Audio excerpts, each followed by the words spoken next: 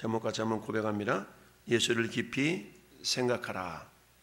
예수를 깊이 생각하라. 자, 히브리서는 유대교에서 그리스도교로 개종한 유대인들이 여러 가지 핍박과 어려움 속에 봉착해서 다시 유대교로 돌아가려고 하는 그런 성도들을 향한 주님의 위로의 메시지라고 우리가 볼 수가 있습니다.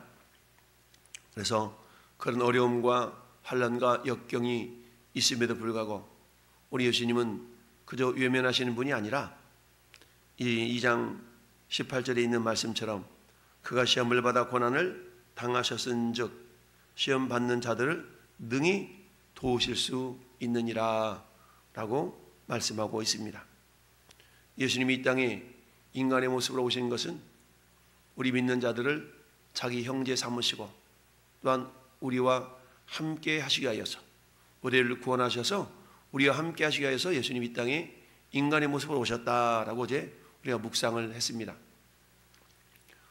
고린도전서 3장에서도 사도 바울은 그렇게 기록하고 있습니다.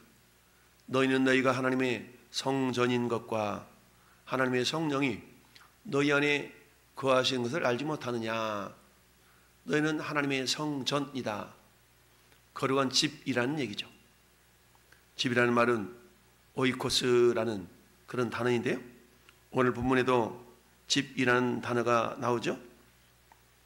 2절 말씀에 그는 자기를 세우신 이에게 신실하시기를 모세가 하나님의 온 집에서 한 것과 같이 하셨으니, 이 집이라는 단어가 나오고 있습니다.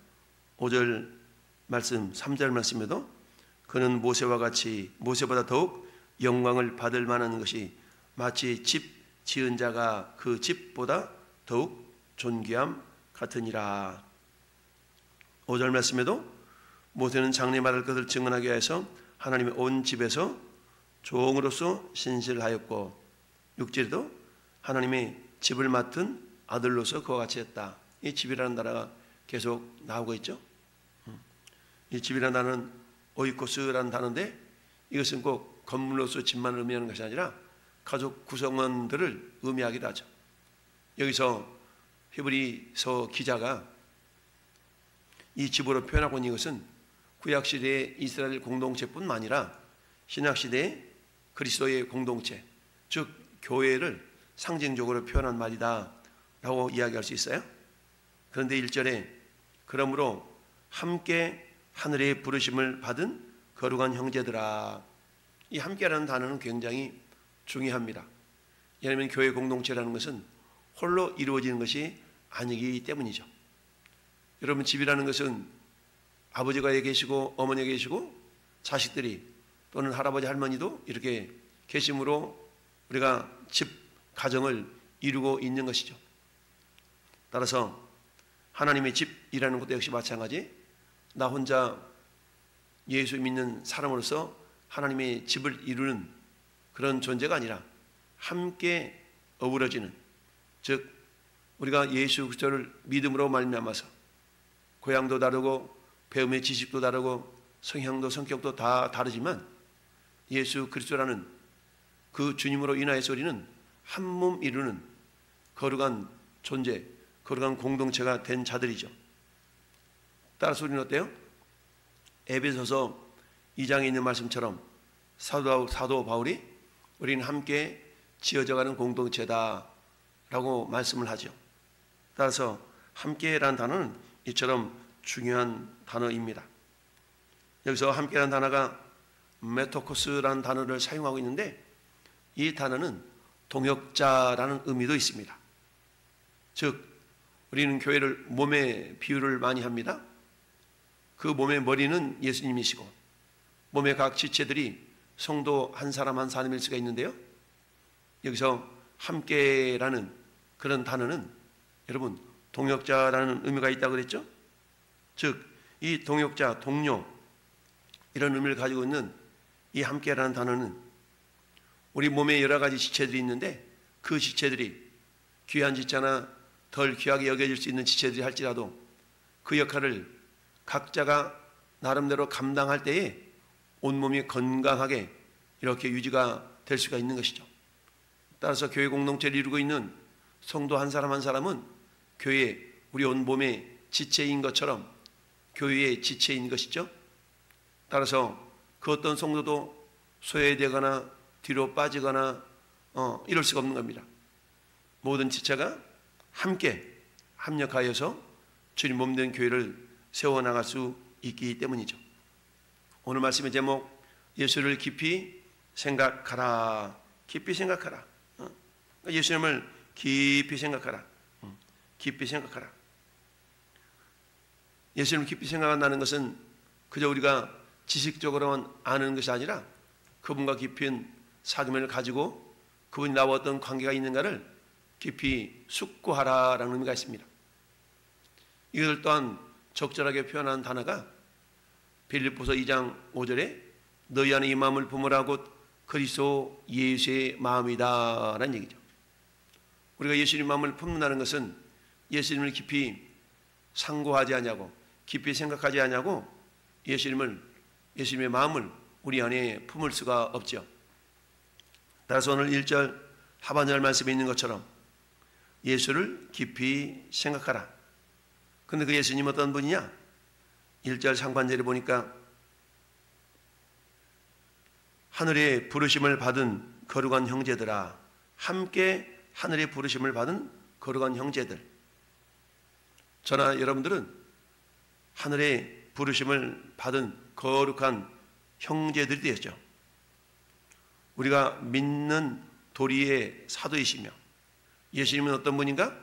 우리가 믿는 도리의 사도가 되신다. 믿는 도리, 가장 기본적인 지침이 되고 기본이 된다는 얘기죠. 믿음의 근거가 되신다라는 얘기입니다. 또한 그분은 누구셔요? 대제사장이시다. 예수님은 대제사장으로서 온 인류의 죄를 다 짊어지시고 십자가에서 피를 흘리심으로 다 이루었다. 테텔레스타이라고 외치면서 구원을 선언하셨고 완성하셨지요. 마귀는 예수님의 죽으심을 보면서 쾌재를 불러 내가 이겼다 라고 했지만 예수님은 죽은 지 사흘 만에 부활하심으로 그 마귀의 쾌재를 오히려 절망시키는 그런 승리자가 되신 것입니다. 그 대제사장이신 예수님, 우리 온 인류의 죄를 다 짊어지시고 구원을 완성하셨던 그 주님을 깊이 생각하라라는 얘기입니다. 오늘 본문에는 모세와 예수님을 비교하면서 예수님의 우월성을 표현하고 있습니다. 2절 말씀에 그는 자기를 세우신 이에게 신실하시기를, 모세가 하나님의 온 집에서 한 것과 같이 하셨으니, 구약 이스라엘 공동체의 지도자로서 하나님이 세우셨던 모세, 그 모세는 어때요? 온 집에서 신실했다라는 겁니다. 5절 말씀이 다시 반복해서 얘기하고 있죠. 모세는 장래 말할 것을 증언하게 하여서 하나님의 온 집에서 종으로서 신실했다. 여러분, 모세가 하나님의 집에서 신실했음을 누가 인정하고 있습니까? 히브리서 기자가 인정한 것뿐만 아니라 오늘 이 말씀은 민수기 12장 7절 말씀을 인용하고 있는 내용인데요. 여러분, 민수기 12장에는 어떤 내용이 나오느냐면 모세가 구스 여자를 아내로 취한 사건이 있습니다. 이 모습을 보고 모세의 혈통적인 누이와 형님 되었던 미리암과 아론이 모세를 비방하기 시작합니다. 야, 네가 어찌하여 이방 여인을 아내로 취했냐? 라고 하면서 비방합니다.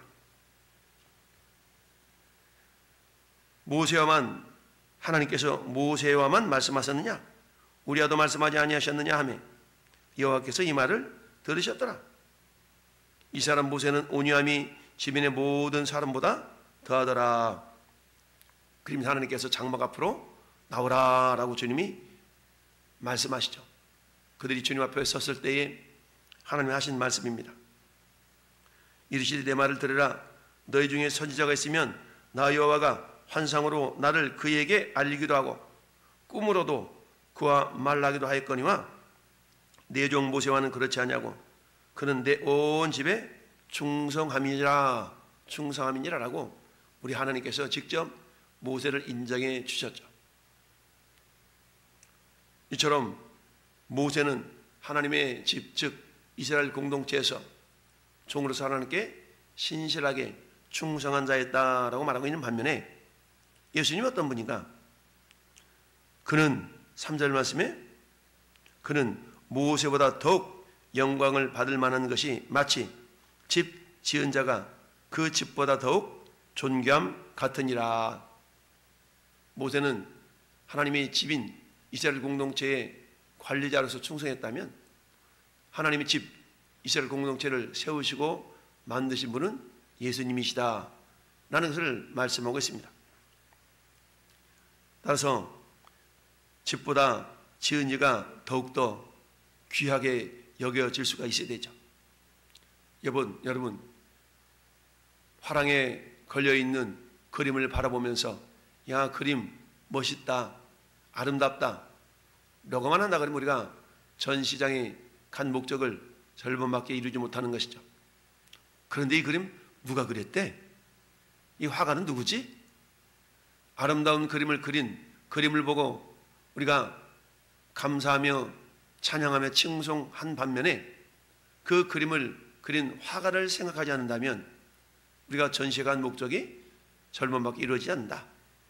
마찬가지로 여러분, 이 가을 아름다운 소출의 계절에 특별히 가을 우리 산행을 가면서 어우러진 단풍의 아름다움에 심취하고 이 산산 아름다운 모습을 보면서 야, 멋있다, 단풍이 멋있다 라고 감탄을 하죠.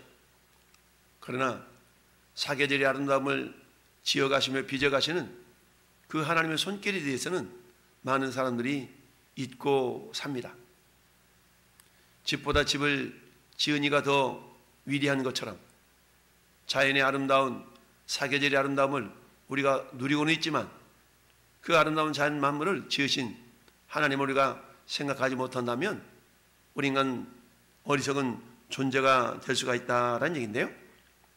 마찬가지로 모세가 아무리 아름답고 위대하고 그날지라도 하나님의 집, 즉 교회 공동체를 세우시고 지으신 분이 예수 그리스도이기 때문에 우린 예수 그리스도를 우리가 의지하고 우린 예수님과 온전한 연합을 이름으로 말미암아서 주님과 한번 이루어서 주님이 내 안에 내가 주님 안에 있을 때에 주님은 이미 하늘 보좌 우편에 앉아 계십니다.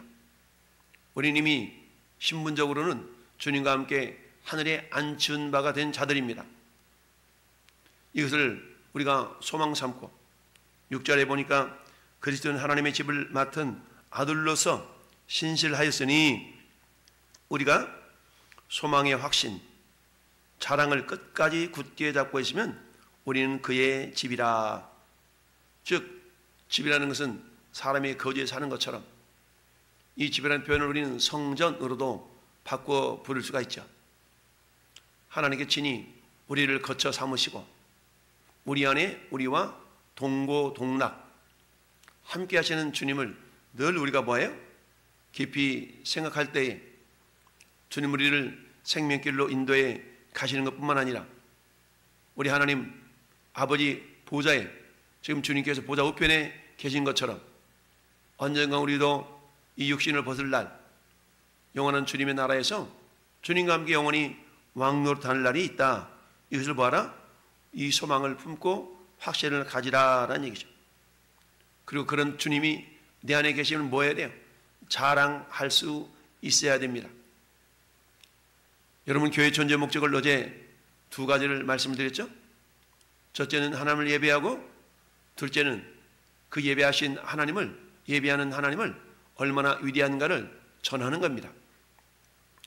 오늘 6절에는 그 내용을 자랑이라는 단어로 표현하고 있습니다.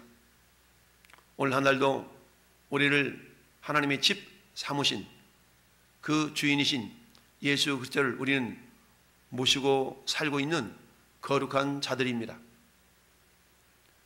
나와 주님이 함께 있음으로 말미암아 언젠가는 주님과 함께 영원한 영생을 누릴 주인공이 될 것임을 우리가 확신하고, 그 주님의 위대하심을 오늘 한날도 우리가 자랑하는 믿음의 사람들이 되기를 예수님의 이름으로 축원합니다. 아멘.